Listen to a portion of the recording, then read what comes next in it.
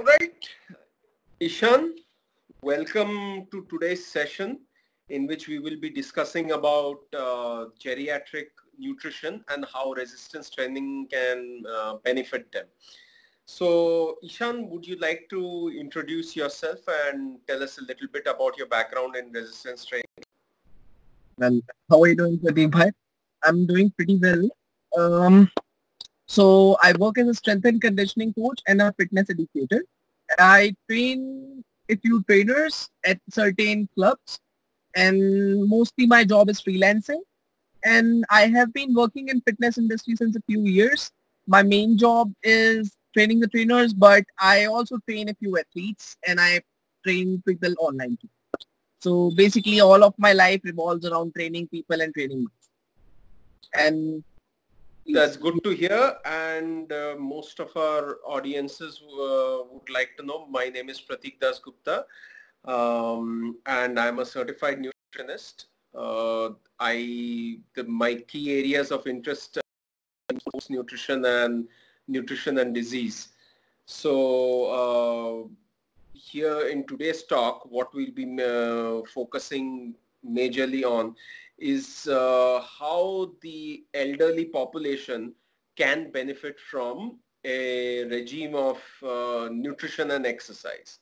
So we know that for a normal, healthy young adult, like by young adult I say people before, let's say, and that healthy adult anywhere between 18 to 40, they do benefit from a combination of diet and exercise for most of their health biomarkers.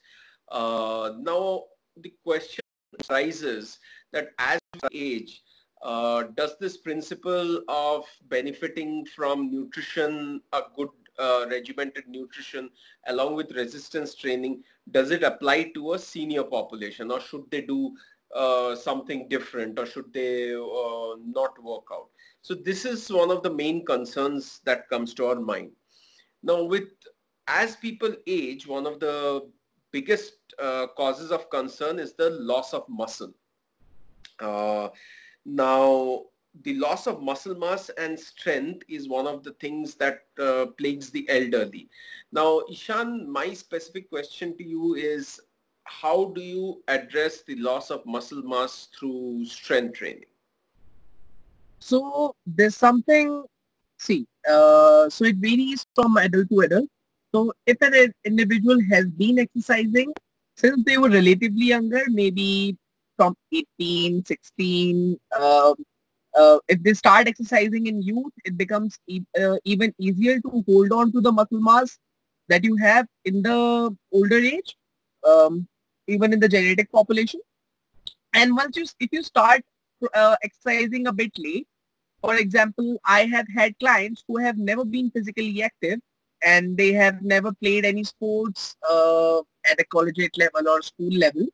And hence, the only thing physical active wala they do is travel. So they travel a lot and they party a lot. So that is a big concern for a lot of adults, that if they start exercising late, there are two things that happen.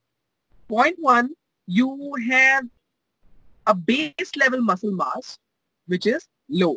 Also, it's relatively difficult for you, for your cognitive abilities to understand and learn the new patterns, which you should have learned when you were relatively young.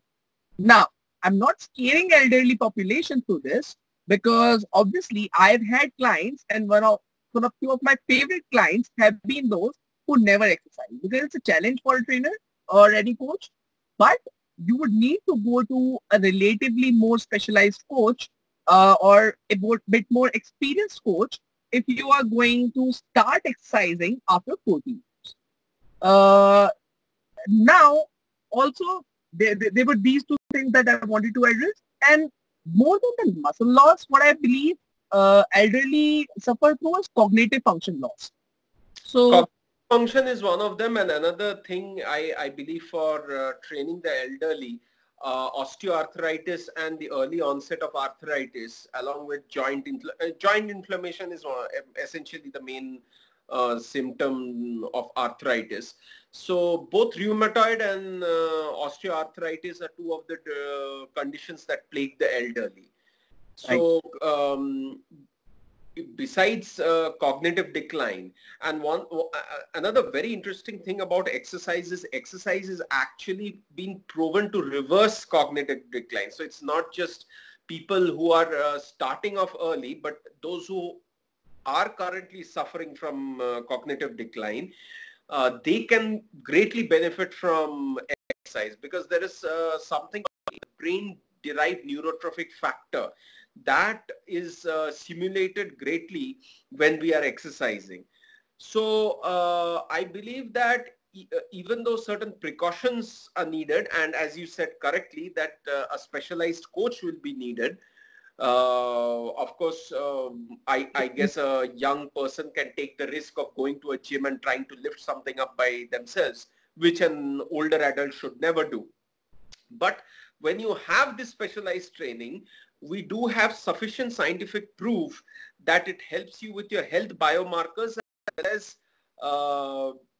reduce the process of aging. I won't say reducing as in reducing the negative effects of the process of aging. Totally agree on that. Totally agree. So about the older adults, every 10 years, they tend to lose about 3 to 8% of their muscle mass. And this condition, we call it as sarcopenia. So when we do resistance training, I think you know this better, that the muscle mass loss will be decreased, right? It will be decreased in certain cases. Again, if you just started exercising at an old age, it can be the decrease of the muscle mass, the rate at which you will lose the muscle mass will be decreased.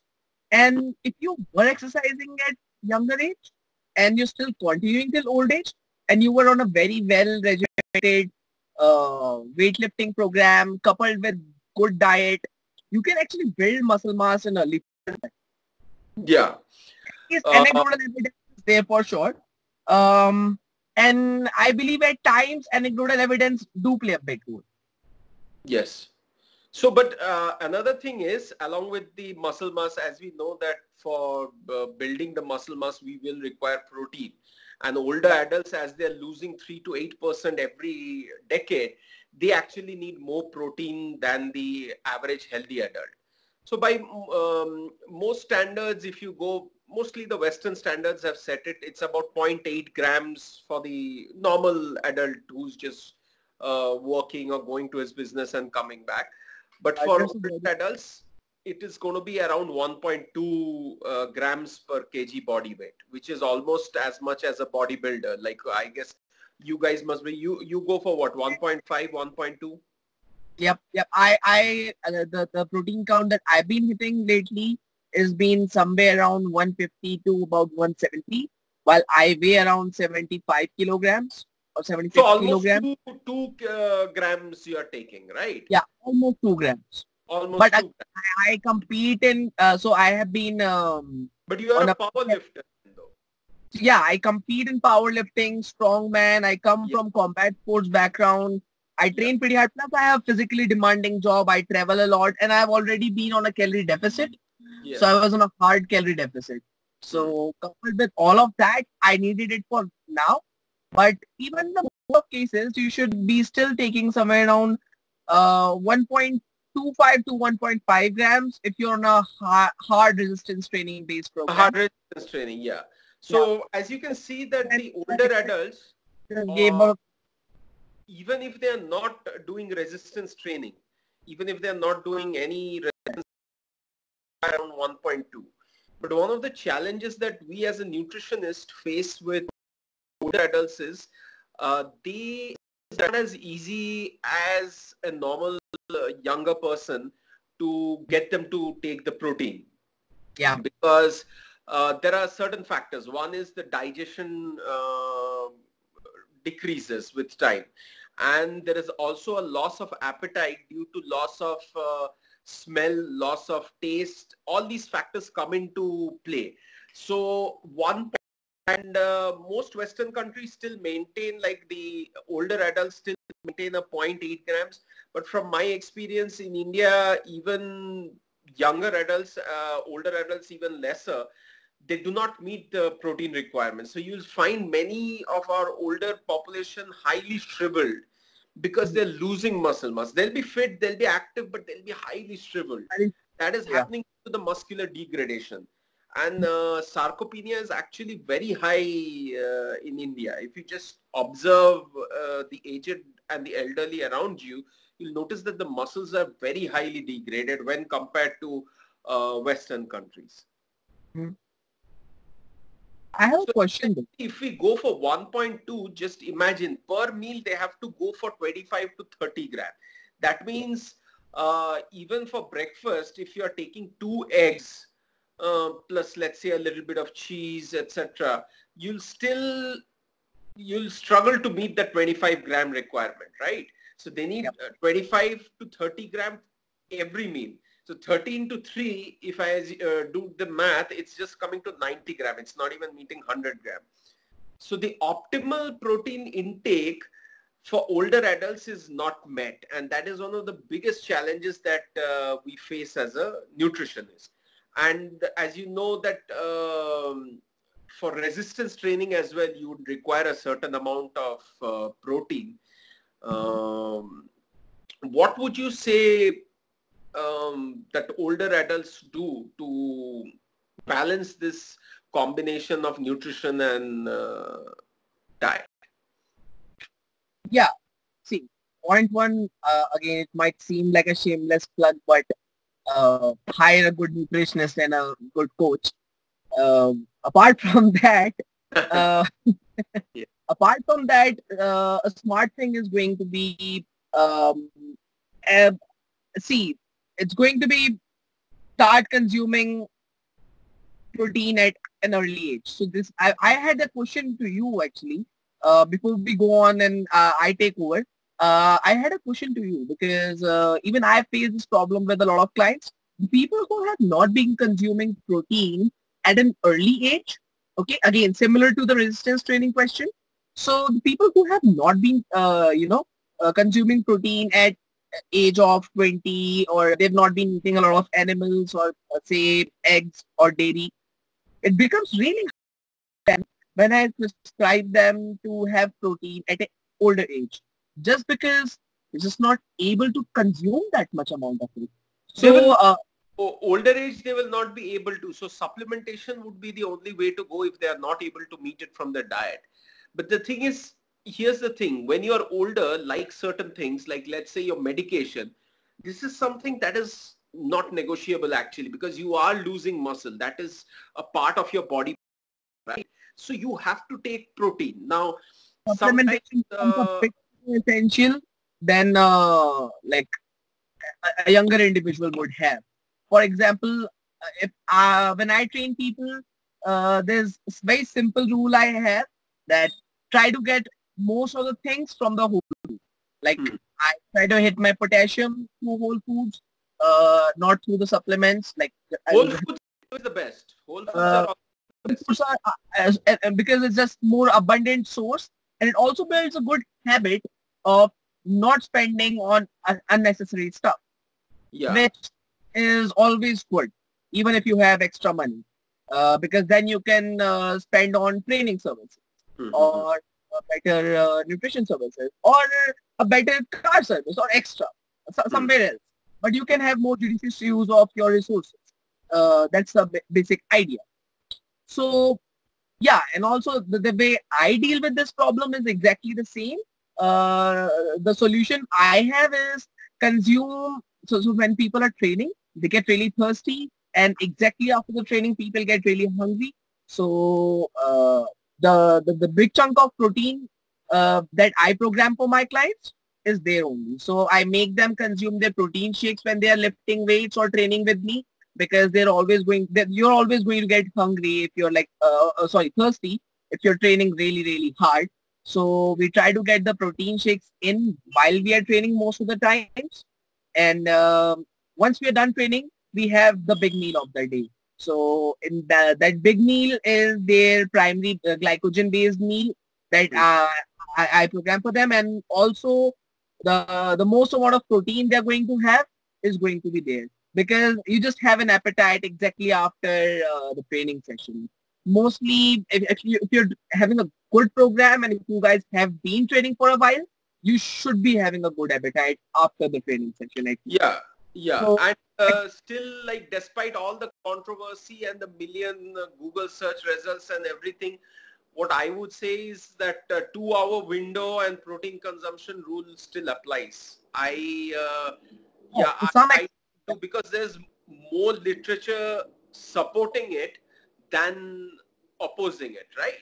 So some extent, people say that you don't need to take protein within 2 hours, but it's always better. It's always a better practice. Without going too much into scientific jargon, it is always a better practice to take within the 2 hour window after your workout. So, and as anecdotal results talk for themselves, yeah, like any of the good athletes, and see, sports nutrition is not very much different than normal people, non-sports nutrition. hmm. Uh, No, but in sports nutrition, what is also happening is the muscle breakdown during the process of sports, which is what needs to be taken into account within the 2 hour window. That is why this is recommended. Mhm. Because in any sport or a high stress activity, we will be breaking muscles down. And Yeah, because our body has a normal muscle synthesis, right? So right. whenever we are breaking down the muscle, that needs to be compensated for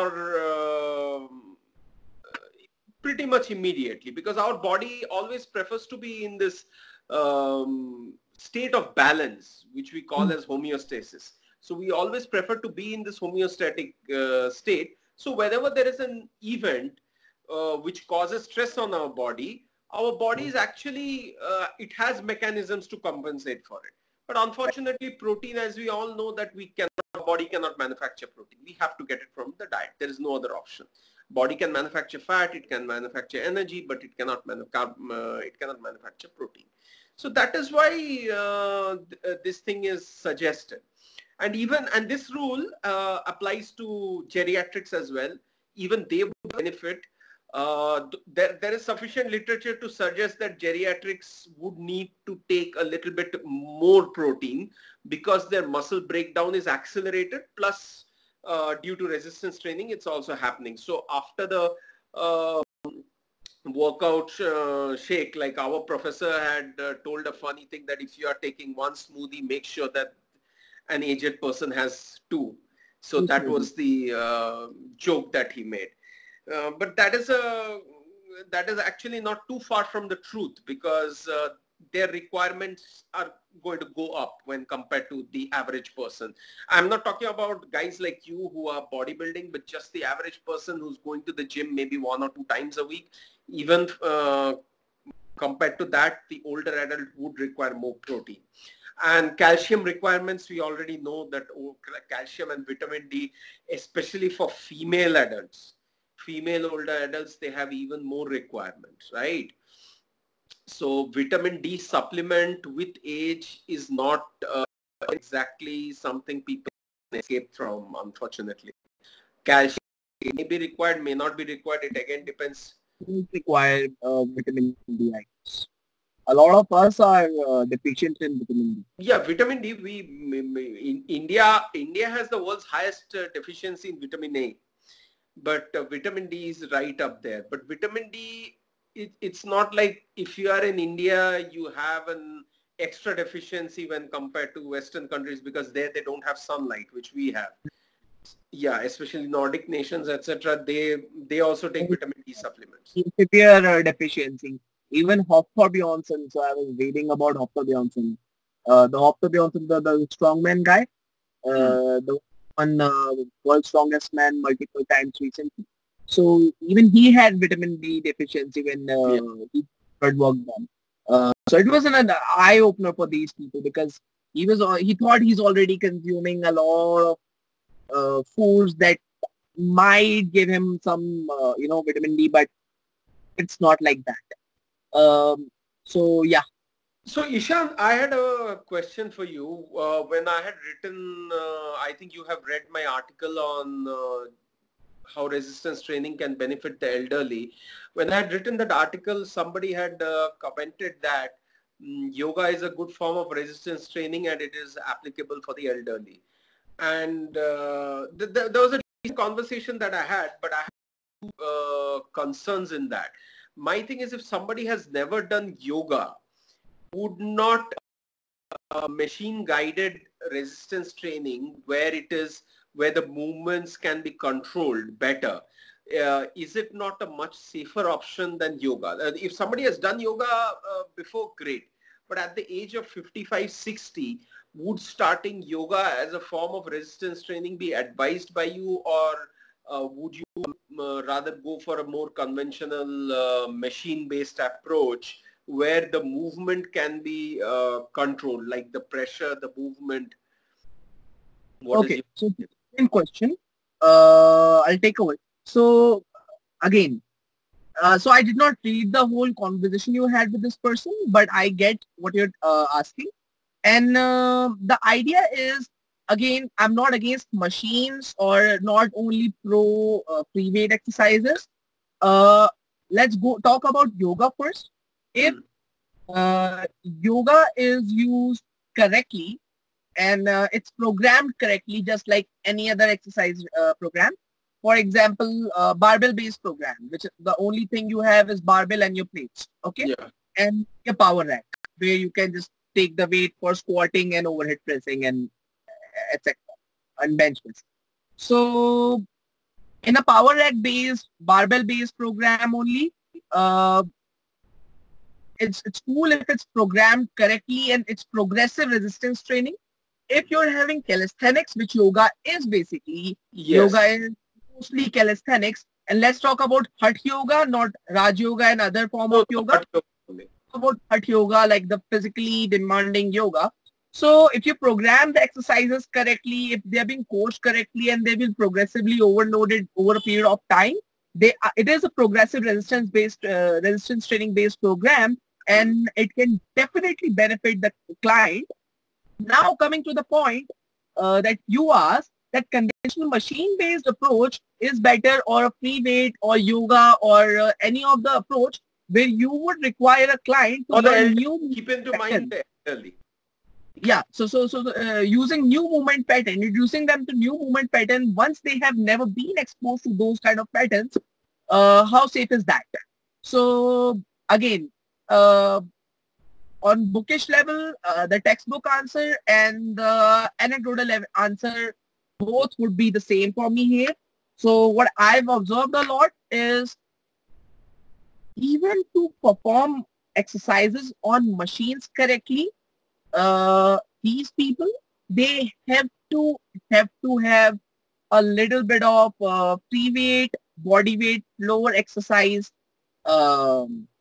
coaching is needed there. For example, a lot of people just can't understand how to retract their scapula, like how to keep chest out correctly. So that cue, just keeping the cue of keeping your chest out is, it's still relevant even if you're using machines.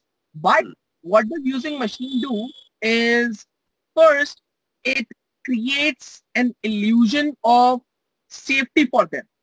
And even while using machines, you can still do movements very much incorrect. So there's a time and place for machines, but I believe the first coaching, the initial coaching, should be around regressions of primal movement patterns only, while you're just pushing stuff over your head or just getting your hands over your head, mimicking that you're pressing stuff over your head, maybe while you're on the floor doing some sort of floor pressing. If you cannot do a push-up, obviously geriatric people, but I don't expect progressive loading through yoga, because a person who's doing yoga, they're depending on the free body weight for resistance, which is a fixed amount. So how would you progressively load that?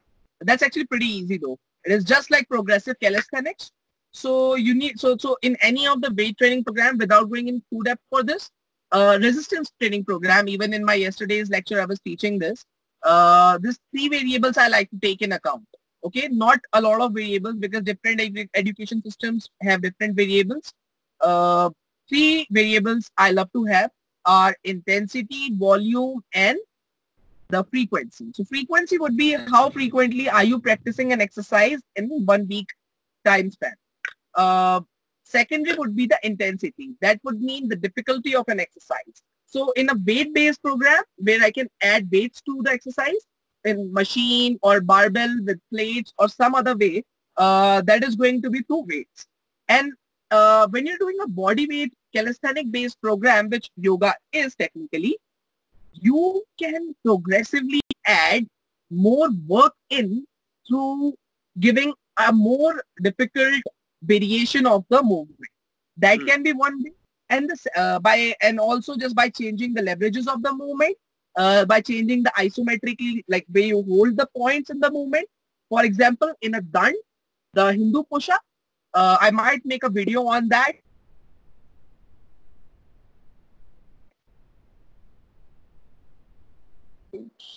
Yeah, I get it. So you can still perform a dand on the wall, and you can also perform a dand on the floor. So when you're performing a dand on the wall, it's going to be relatively less hard for you, easier for you. And so that's a regression, and this is a progression. The second way, intensity, how you can increase the intensity. That's a very easy, in the easiest form I can explain. I explain the increase of intensity by getting from a lower level progression to a higher level progression of a single movement. And I use example of a yogic movement, which is a Hindu push-up or a yogic push-up, whatever people want to call it. But we get the reference now. Second way would be increasing the volume. So you just do more reps in. So and you have to write everything. So this the big thing, I'm a big proponent of writing the training journals and training logs. If you've seen what I post on my social media, you must have seen few training videos maybe. So on those videos, I'm logging stuff, and I have my own log which I maintain either on Excel sheets for my clients and myself or on paper. So always write what you're doing. Maybe you're doing a Surya Namaskar, which is amazing. It's absolutely amazing if it's done correctly. It has a plank posture, the downward dog, your scapulas are opening up and whatnot, your spine gets open, you're learning how to hinge, you're learning how to extend yourself completely over the head, you're learning how to elongate your spine, you're doing a push-up, a Hindu push-up there, you're doing a reverse Hindu push-up sometimes, you're in a lunge too. If you notice, there's 1 foot forward, 1 foot is behind. So lunge-ish position, not exact lunge, but single-legged pattern is being trained there. So it's a beautiful series of movements, but it also needs to be progressively overloaded over a longer period of time to make progress and to get stronger. So to produce more force. Essentially, older population cannot. Yeah, so essentially what you're trying to say is an older population should not straight away rush into these exercises and have somebody who can supervise and ensure that their body is progressively loaded, whether you are doing yoga, whether you are doing machines, free weights, doesn't matter. So, I have a few recommendations of a few basic exercises which they need to learn under someone's supervision. One would be how to hold a plank. Second would be how to hold a glute bridge correctly, how to execute a glute bridge correctly. So that is going to take care of 2-3 big problematic areas for old people. And third or fourth are going to be some sort of overhead pressing pattern, because most of the old people don't have a lot of mobility over their head. So some sort of pressing pattern that can be taught through many ways. I'm not going to get in depth for that. So some sort of that kind of pattern. If they have these 3 things figured out, then we can think of progressing towards the machines and make better out of machines and make beautiful, brilliant gains out of machines. Because then they know how to hold the body correctly, they know how to squeeze the upper back correctly, they know how to sit stable correctly, they know how to feel the abs, they know how to engage the most important muscle group, which will be pelvic floor and glutes. A lot of people don't know how to engage that, and at an old age, it's even harder to use that. So if we can get them through the progression of these movements, these 3 patterns, just pressing something over their head because they just won't have that kind of mobility. Second thing would be, again, executing and holding a correct glute bridge. And a plank. Plank is always must. So plank, overhead press, and a foot bridge.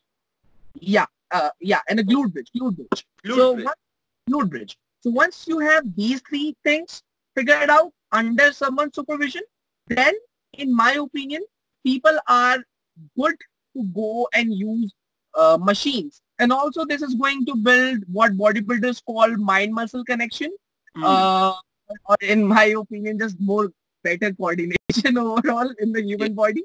So they are able to use... muscle coordination, I'll tell you why muscle coordination actually is more important for the elderly, because majority of these injuries are coming from poor muscle coordination and weakening at the joints, right? So what is the difference between somebody above 60 who is undergoing resistance training versus somebody who is not? So let's say if had a slip or a fall, the person who hasn't undergone resistance training or currently not, that person has a much higher likelihood of injury than the person who isn't. So and breaking is a very specific problem there. So most of the old people, if they're over 40, most of them die within, above 60, I guess, die within 12 months of hip replacement or a hip. And hip replacement is one of the most common surgeries that they have. Yeah, and almost all of the elderly are going to have it sometime. So better to delay it. It's always better to delay it. And to delay it, you just need to increase more muscle mass, better cognitive function, and your bones need to become less fragile. So I get it. You don't have that much time left, and you must be running late. So it's okay. We are going to cover a lot more in depth. Summarize it very quickly. Yeah, so we're gonna just touch on the concept, and in the next time we can go in complete depth and talk about specific exercise variations, talk about specific programming methods, talk about specific nutritional guidance. That is very important in my opinion, and all of these subjects. So bone mineral density is also one of the things that people lose. Bone mineral density is one of the things. So we will. So this is our introductory session on geriatric nutrition and fitness. So to summarize, the most important points that we have covered here are: elderly population have a higher requirement of protein than the average population because they have a greater muscle wastage. Elderly are losing 3 to 8% muscle mass every 10 years. Recommended protein is 1.2 grams every kilogram of your body weight. Ishan has made some very good recommendations that you should progressively increase and not straight away jump into resistance training. The person should be somebody who has a background and who deals with senior fitness, who has a good idea of the physiology and the anatomy and what changes the body has undergone with age, right? Supplementation is a strong for older people because their appetite, then digestion of protein, all these abilities go down. So we have touched the basics, the very basics of nutrition and exercise training for older adults. We will try to do future sessions in which we will try to cover osteoarthritis, osteoporosis and sarcopenia, and how exercise can benefit each of these, how bone mineral density can be affected. So stay tuned for our future sessions. This, I believe, was a very good talk with Ishan. Thank you for this idea and thank you for joining us on this. So stay tuned for more podcasts in the future. Thank you. Done. Take care.